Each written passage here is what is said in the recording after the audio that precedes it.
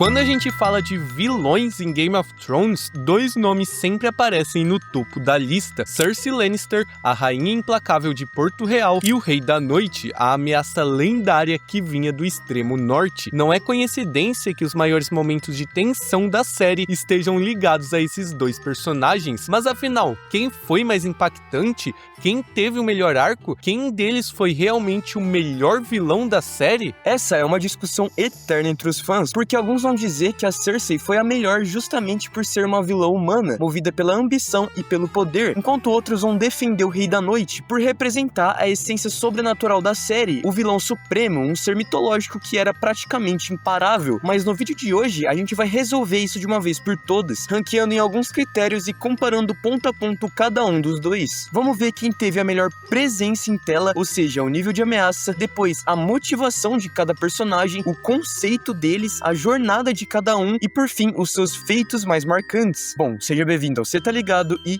bora pro vídeo.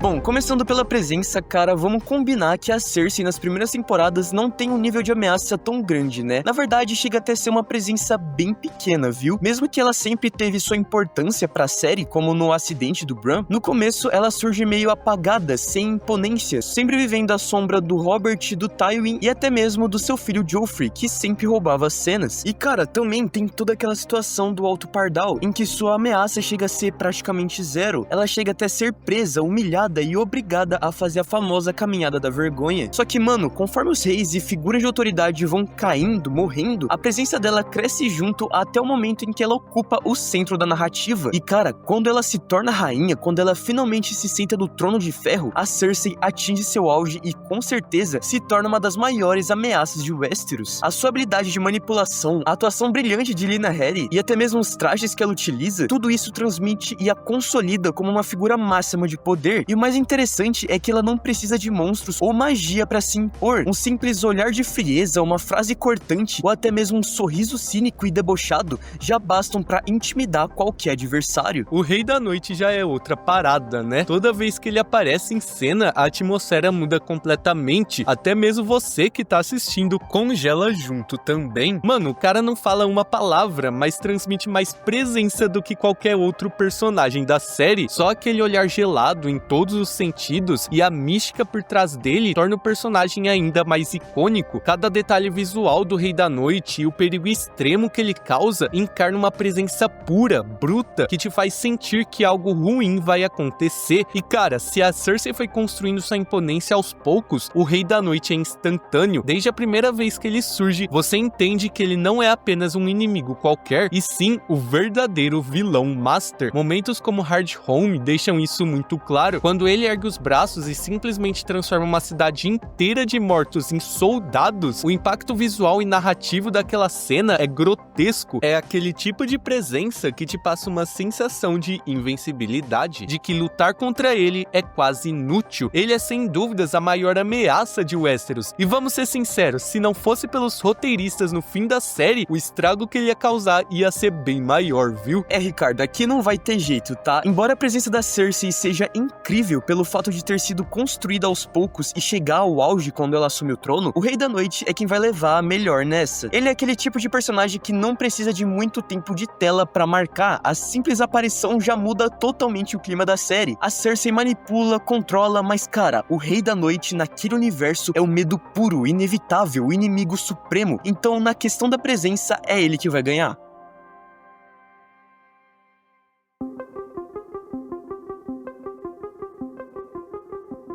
As motivações por trás da Cersei são uma das mais bem construídas de toda a série. Mano, toda a trajetória dela é movida por algo humano que se aproxima da nossa realidade, algo que você entende, mesmo que não concorde. Desde o início, a profecia da bruxa de que ela se casaria com um rei, perderia todos os filhos e seria substituída por alguém mais jovem e bela é assustador. E isso mexe com ela de um jeito absurdo. É como se cada passo que desse e cada decisão que tomasse fosse uma tentativa de lutar contra um destino inevitável. E cara, quando essa profecia vai se cumprindo aos poucos, a gente vê a Cersei se tornando cada vez mais dura, mais amarga e mais cruel, principalmente por causa da morte dos filhos, porque pra ela, os seus filhos eram a única coisa realmente pura que tinha na vida, eram seus bens mais preciosos, sabe? E claro, ainda tem toda a questão da humilhação, ser obrigada a fazer a caminhada da vergonha, perder o respeito da corte e ser manipulada pelo Alto Pardal. Tudo isso vai criando nela uma sede de vingança que acaba culminando na explosão do septo. No fundo, a motivação dela não é apenas por poder, mas por orgulho, por não aceitar ser vista como fraca, nem depender de ninguém. Cersei não se contenta apenas em estar no trono, ela precisa ser temida, respeitada e jamais humilhada de novo. Quando a gente fala de motivação, a do Rei da Noite é até difícil comparar com a da Cersei, porque eles estão em campos totalmente diferentes. Ele, por exemplo, não nasceu com essa ambição de dominar tudo, mas sim foi criado pelos Filhos da Floresta como uma arma contra humanos. Porém, conforme o tempo passou, essa criatura acabou se transformando numa força implacável, um ser totalmente destrutivo que nem os seus próprios criadores conseguiram controlar. Então, diferente da Cersei, que age por sentimentos humanos como amor, ódio ou orgulho, o Rei da Noite é movido por algo muito mais abstrato, além da compreensão humana. Ele não busca um trono, ele não busca vingança, o que ele quer é a pura e simplesmente aniquilação da vida. É como se a única maneira de encontrar paz surgisse da morte em si, da necessidade de criar uma escuridão sem fim. E cara, por mais que isso torne uma ameaça absoluta, a gente percebe que a motivação dele é menos impactante de certa forma em comparação com a da Cersei, já que ele é literalmente uma força da natureza corrompida que só avança e destrói. É o vazio que move ele, e sim, isso é muito simbólico na tela, mas não chega a ter a mesma riqueza dramática de uma vilã que sente, sofre e escolhe seus caminhos. Então, nesse critério, a Cersei vence.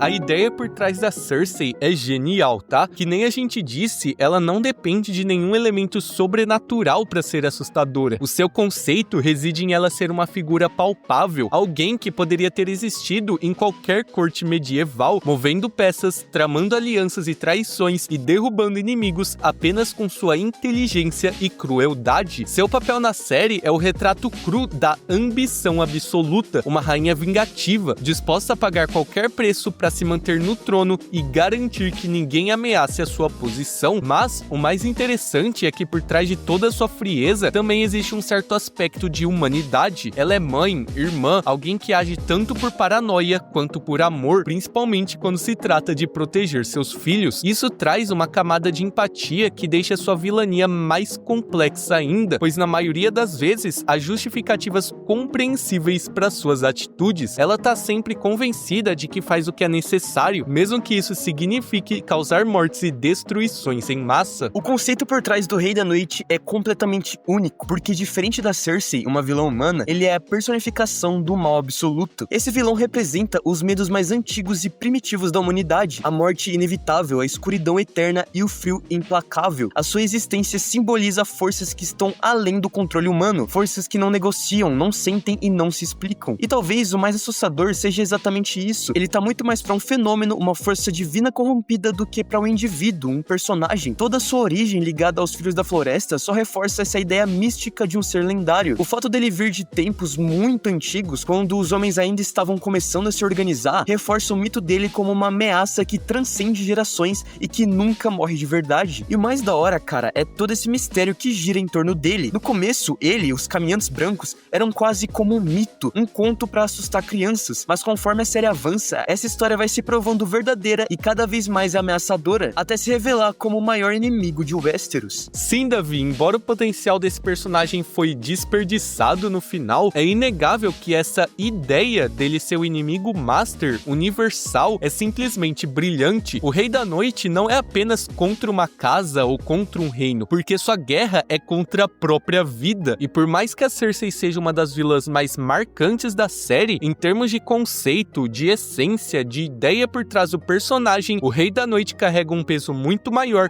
e mais inesquecível.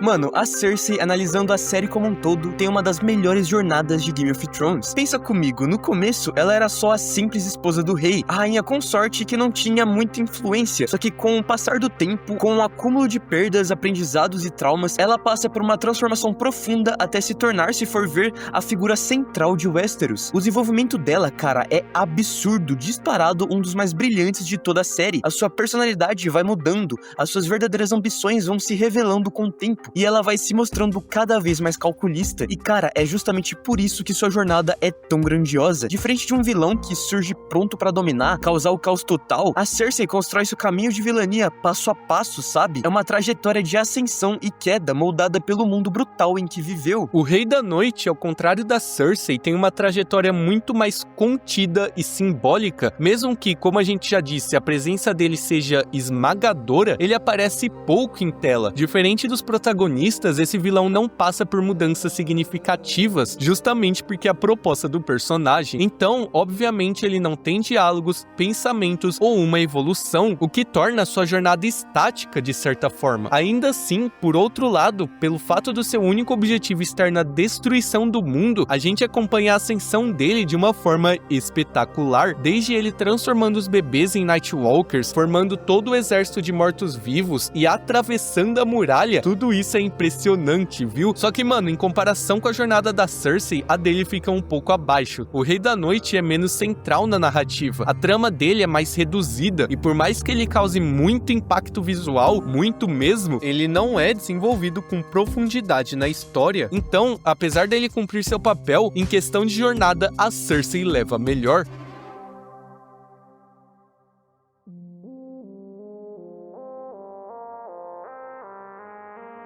Agora indo pros feitos, quando a gente fala de Cersei Lannister, dá pra dizer que não faltam exemplos da sua vilania construída ao longo da série. Vamos lá, já no começo ela carrega uma culpa indireta por Jaime ter empurrado o Bran da torre. Ao longo da série, ela também passa a manipular e jogar contra todos que poderiam ameaçar o seu poder, inclusive a própria família em alguns momentos. E claro, a gente não podia deixar de fora a trama contra Margaery e o Alto Pardal, culminando naquele ato absurdo de explodir o septo com fogo vivo, matando centenas de pessoas de uma vez só e até causando, se for ver, o suicídio do seu próprio filho. E ainda tem os feitos menores, mas também igualmente cruéis, como não ajudar em nada na guerra contra os mortos, manipular o Qyburn e a sua ciência macabra, ou até humilhar a Lara Sand pra assistir a filha morrer lentamente envenenada. Já o Rei da Noite também tem bastante peso, viu? Logo de cara, só o fato de comandar um exército de mortos já coloca ele em outro patamar, porque cada pessoa que morre vira mais um soldado dele, ou seja, seu exército é infinito. É um vilão que cresce enquanto destrói, e a batalha de Hardhome também não podia ficar de fora, ele levantando os braços e trazendo de volta todos aqueles que tinham acabado de morrer. Aquilo foi uma cena icônica, mas é claro que não para por aí.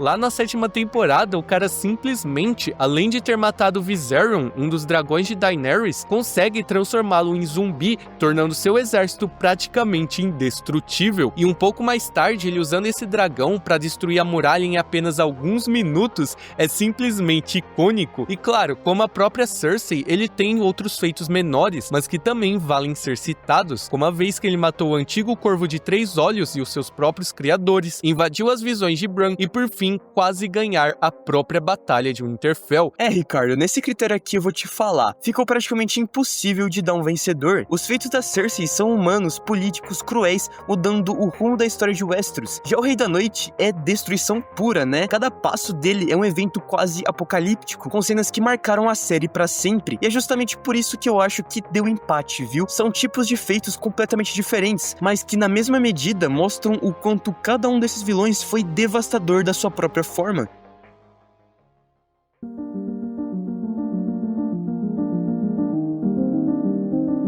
Como vocês podem ver, no fim das contas, acabou dando um empate técnico, porque enquanto a Cersei somou 3 pontos, com a motivação, a jornada e o empate nos feitos, o Rei da Noite também conseguiu 3 pontos, com a presença, o conceito e os feitos. Mas, se fosse para eleger o melhor vilão da série, na minha opinião, seria o Rei da Noite, por toda essa questão dele ser o vilão master, o inimigo supremo, e além disso, toda a mística por trás dele, esses elementos sobrenaturais e o poder que ele tem o torna um vilão único, sabe? E essa ameaça inevitável que vai crescendo temporada a temporada, que dá essa sensação apocalíptica, pra mim é genial. Ricardo, eu concordo com você, o conceito do Rei da Noite é muito icônico, mas pra mim, quem carrega o título de maior vilã da série é a Cersei, tá? Principalmente pelo fato da vilania dela ser construída gradualmente, é algo muito mais próximo da realidade e também, ao mesmo tempo, muito cruel, sabe? A jornada dela é muito intensa, você acompanha cada perda, cada decisão que vai transformando ela na rainha implacável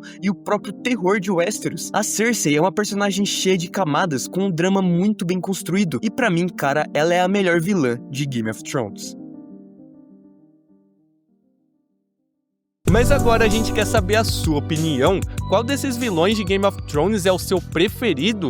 Bom, deixa aí nos comentários. Não se esqueça de se inscrever se não for inscrito, compartilhar e hypar também. Exatamente, Ricardo. E lembrando também que a gente tem uma playlist aqui no canal destinada a Game of Thrones, então é só ir lá assistir. Mas a gente vai ficando por aqui. Muito obrigado você por ter assistido até agora e falou! Falou, galera!